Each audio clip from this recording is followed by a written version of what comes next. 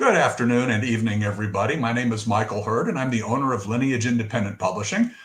We've recently engaged in a project to release our books in audiobook format on Amazon. And we are making great headway with a 26-book offering. We've released, I think, 13 or 14 of them already in audio format from all of our authors so far. And three of us who had time on their calendars to be able to take time off from our writing efforts today are here to talk about our impressions of the audiobook format that we are now working with. So joining me today are Patricia Donahue, who writes under the pen name of G.B. Carmichael, Lisa Talbot, who is in Portugal, also a British expatriate living there, along with her 90-year-old mother. We welcome our listeners to the live broadcast, as well as those who will be watching this presentation after the fact. So let's talk a little bit about how this all started. First, I'll say that I was advised from Amazon and said, "Hey, we want you to be a beta tester for this conversion process using the process called virtual voice narration." I said, "Yeah, right," at first, because I'd had one bad experience with an audio conversion before from a different entity. And yes, my lights just died for some reason. And so it was less than optimal. And I said, well, all right, let's give it a try and see what happens. And so I did. And I started with one of my books, Ground Faults, and then worked through the other books in the line, trying to equitably distribute everyone's efforts and take it from there. So, Pat, you've probably listened to more of the books than the rest of us had, and I'll let you talk for a second while I go off camera and try to fix my light. Okay, well, keeping it in a positive light, I first want to say that, like you, when the first suggestion of it was made, I was less than enthusiastic because I have Kindle and it has voice whisper, and it's so easy to put people to sleep with it because there is no inflection, there's no emotion in any of the reading. When you told me about it and set it up and sent me one of my books to listen to, I was not expecting great things and was delighted, because one of the things that you had said was that in some of the poetry it might be a bit flat, and I was very surprised because it really wasn't that way at all. I listened to it and I wasn't cringing at my poetry being read by an AI type of voice. It was well picked. Thank you, because you picked the narrator voice, if you like. And as you go further into whatever book it is that you're reading, it's almost as if the AI intelligence picks up the meter of your voice. The way that you wrote it almost is in an electronic ear, that it understands how it should flow with a bit of flow and rise and fall to it. Mm-hmm. So it was extremely surprisingly lovely. I thought it was absolutely brilliant, because I think I said to you before, I have a friend who really struggles. He's got eye issues and quite a few other ailments, and I've known him since we were at school when we were 5, and he's an ex-vet. Well, no, he's not an ex-vet, he is a vet, and he was so delighted to get my book, and then sort of got in touch and said, "I'm so sorry, I really want to tell you that I've been able to read it, but I haven't been able to. My eyesight is so bad." So I started sending him chapters, reading it. And when you told me about this, I immediately texted him and said, "You can get them all in audio, and it's so much better than anything that you've had before in Whisper Sync or any of that that's used. And so for him, it will be wonderful because he really wanted to read my books, especially Canongate, because it has so much of Edinburgh and Scotland in it that he recognizes and can imagine my writing. So I can't say more than that, really. It is really good, given that it is an artificial intelligence that is reading it.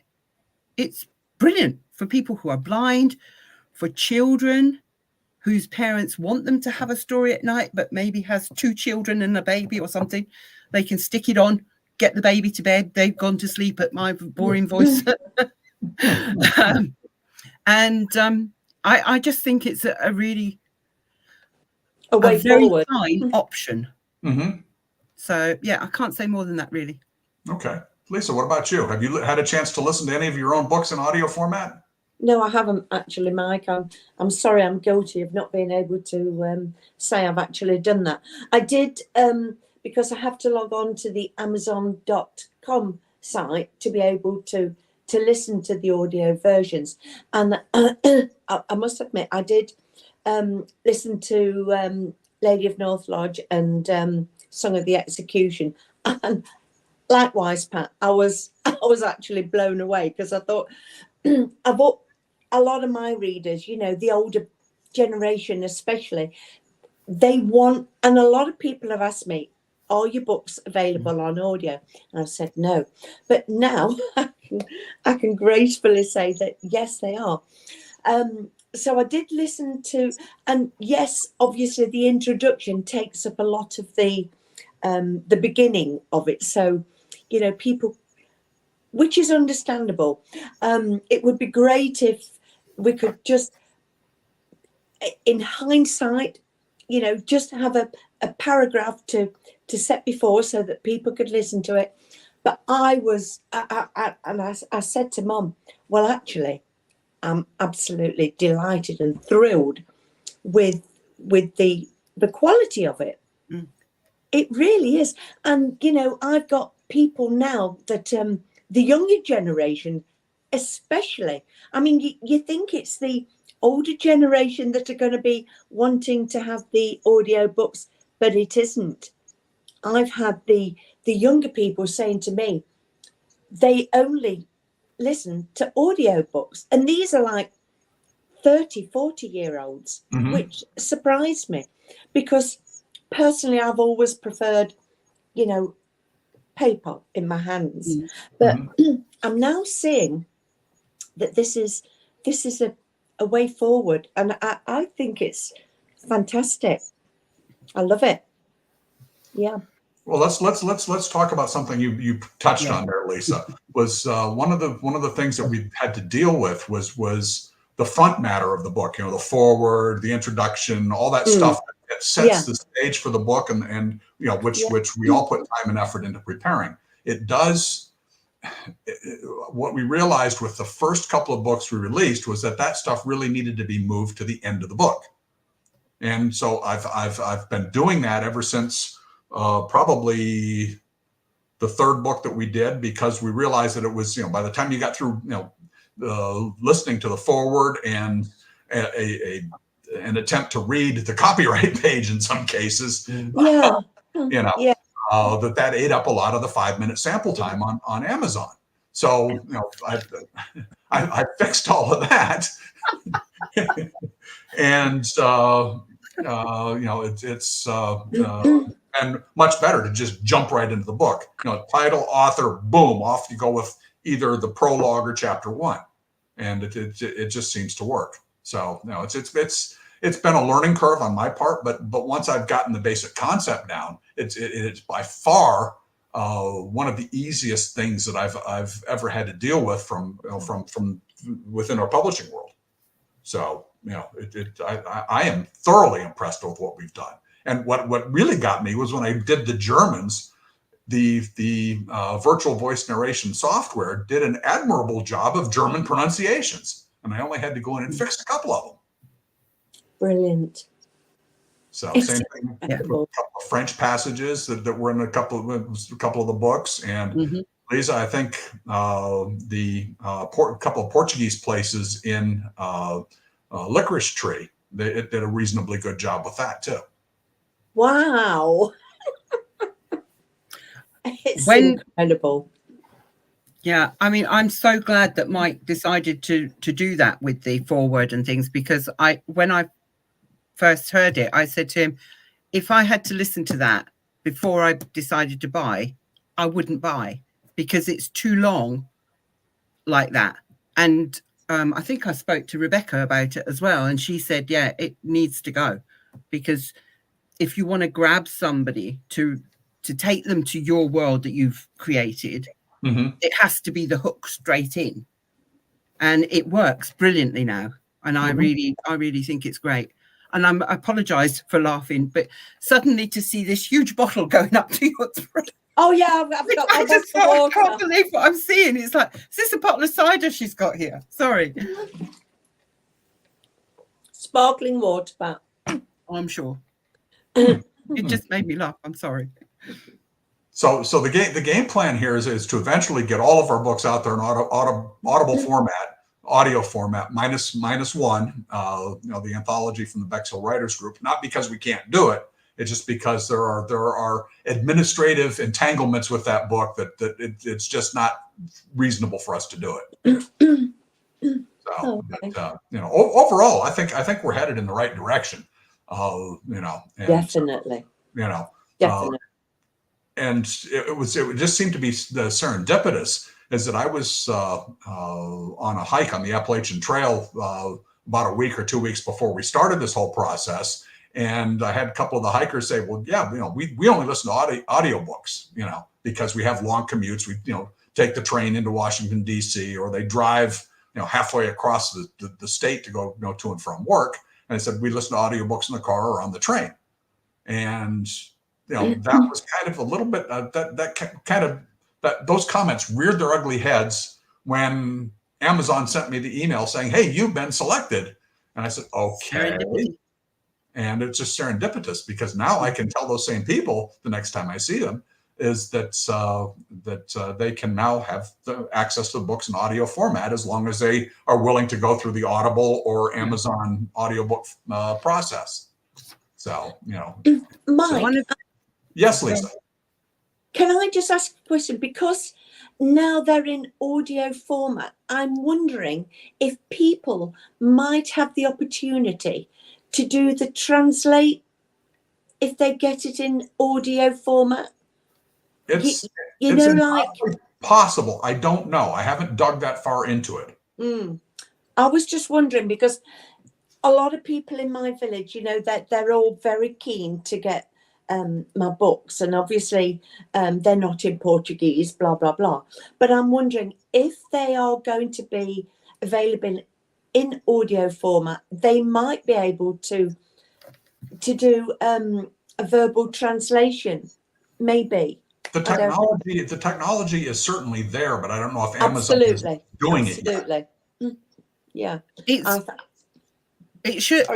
I mean, it makes sense to me that if a publisher like yourself, somewhere else in the world, is testing this, they're testing it in their language, not English. Right. So fingers crossed. Eh? That's crossed. That's what I've been wondering since Mike did all this, and I'm thinking, well, that would really increase. It would increase the sales, because they would go to other countries. One of the things that I wish is that it would be available through Amazon.co.uk in a direct fashion. Absolutely, it's not difficult to access it. It just takes a little bit of thought. Yeah, which I don't think a lot of people will be. Well, I've put the post up. It's only a matter of about 5 actions. I know. And maybe for people who are going to watch this, literally you just log into a Amazon.com in your browser, and then change when it says, do you want to change countries? Change it to USA if you're in UK, and wherever you are, change it to USA. And then it's just put in the title that you're looking for. And yeah, then but doesn't the payment, will it be in euros, dollars, pounds? It doesn't matter. It doesn't matter. It will do it the same as it does in any other format. Okay. But then all you have to do is select the audiobook in the, when you get to the page that your book is on, and it tells you, do you want it hardback, paperback, ebook, or, because I've got all four, the audiobook. And then it says click on the virtual voice sample of the book. And you do that, and then you hear the little sample, and then you scroll to purchase and you buy it. So it's that simple. It's really not a difficult thing. And to find it, you just have to go back to Amazon.com when you want to read it and go to your library in Amazon.com. You don't have to pay anything to be a member of Amazon.com like that. Mm. Yeah, So it's not a hard process for people in European countries that are not on .com. .com or .co.uk. Yeah. Yes, it's not difficult. I meant it wasn't difficult for people who are not on .com naturally. Europeans are on .co.uk or Germany or whatever. .fr, .de. Yeah. If you're not in the US, just go to .com and then follow the instructions that are on. Is it on the Lineage page now? It's on the Lineage page. Yeah. It's on your page. Yeah. I've pretty much posted it everywhere, and I will probably post it on the website as well at some point. But I've been trying to keep the website updated as each book gets released, so that the Amazon audiobook ASIN number is there, so that people can copy and paste that to find the audio version a lot more easily. So all these little details, I think because obviously the fact that they've asked Lineage Independent Publishing to be a guinea pig, if you like, it's new. Mm-hmm. And for us to be a forerunner in it, we're streets ahead of other places. Oh yeah. So and I do get surveys from. Well, I've gotten 2 surveys that I responded to. The first one, basically, I told them I'm still experimenting. Check back with me. The second one, one of the issues that I highlighted for them was that there really weren't enough voices to choose from. Yes. Especially on the UK side, especially the British English, because they give us 2 female voices and that's it. One's posh and the other one isn't. One's posh and the other one's Midlands. Or sort of Midlands. Yeah. So mine are not going when to they posh. say UK, it's not 2 UK voices, it's 2 English voices. Yes, exactly. So there's no Welsh, Irish or Scots option on there. Right. Whereas I'm sure you said that there was one option in the American options of the males. One was Southern. Right. And the other one was something else. Right. So there's I know that America's huge, and Scotland and Ireland and Wales would probably fit into one state or one county in one state in some cases. But we still want, people want to hear themselves. They don't want to hear,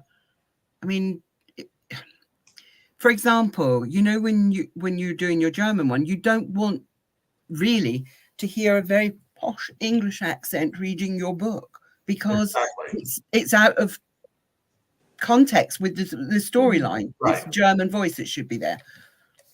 And an American Indian in a Birmingham accent or a Midlands accent is just not going to kill it, is it? Really? Or can you imagine your poor souls that were in the execution block? Exactly. with one with a silver spoon in his mouth.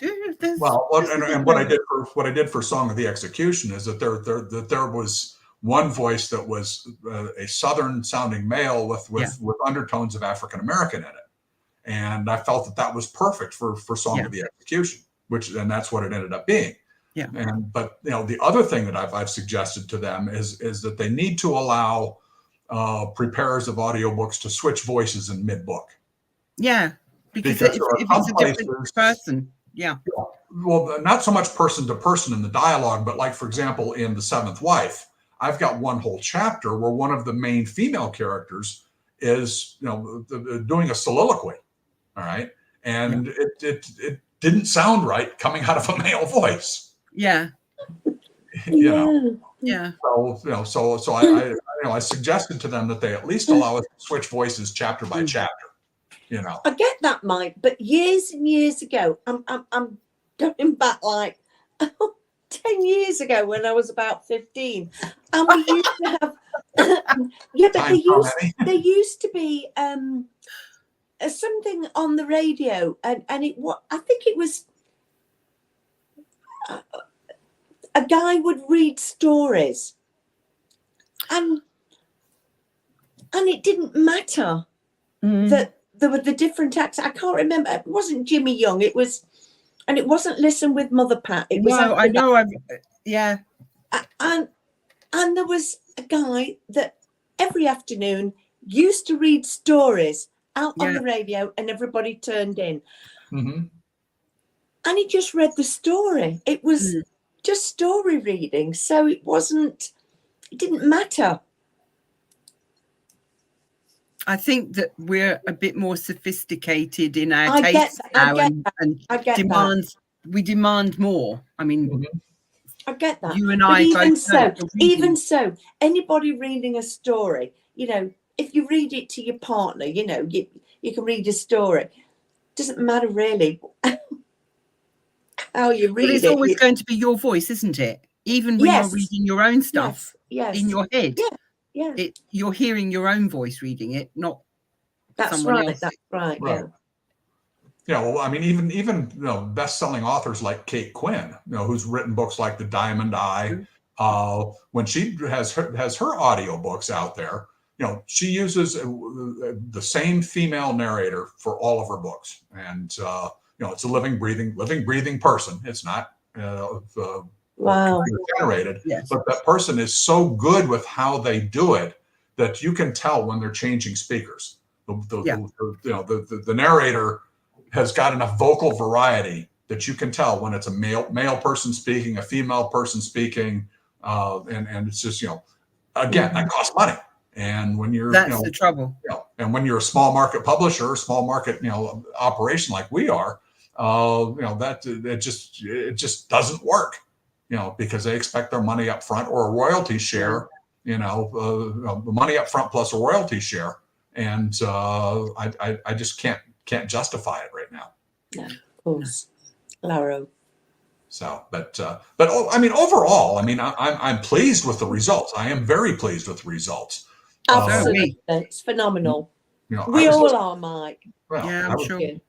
Listening to one of my own books the other night, and I was so into the story that, well, I won't say that it put me to sleep, but I was able to relax while I was listening to it. Oh, how lovely! And it was just, and the next thing I know, I was dreaming that I was part of the story. Oh wow! How lovely! That's okay, as long as it's not in one of the attacks of the Indians. Yeah, like Uncertain Alliances started out. Exactly. So, but I mean listening to that one, that opening paragraph of Uncertain Alliances, listening to that in the virtual voice, it gave me goosebumps. Oh wow, that's brilliant. So I'm looking forward to getting this expanding across the line. It's dead exciting. Really is. I can't wait to put Margot out there, Lisa. Ooh. That one I think will be very good. I'll use that non-posh British voice for it, and I think it'll be really good. So anyway.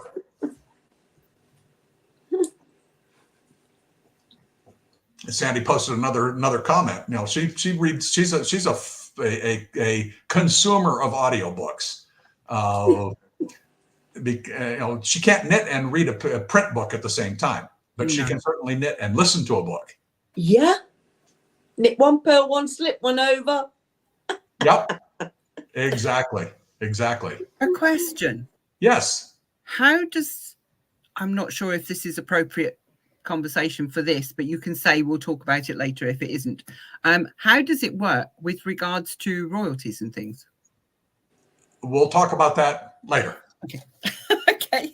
Well, it goes a little bit too much inside baseball or sausage making, as you know. Okay. No, I just on a couple of places I found that it was free.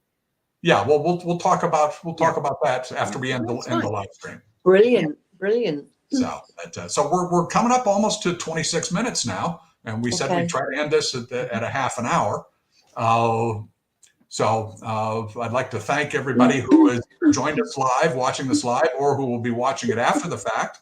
My name is Michael Hurd, and I'm the owner of Lineage Independent Publishing.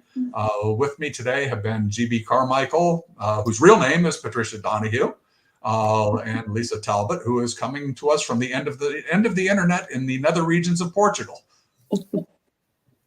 So thanks everybody for joining. Portuguese off buying the books. I'm sorry. I said that's put the Portuguese off buying the books. It'll probably be banned in Portugal now. No. I mean, it's been one of the kind of our long-standing joke when we've had technical issues with the broadcast, which has been very stable today. It has. It's been brilliant. Yeah.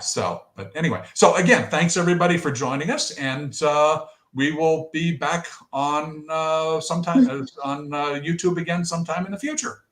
Okay. Good night. Good night.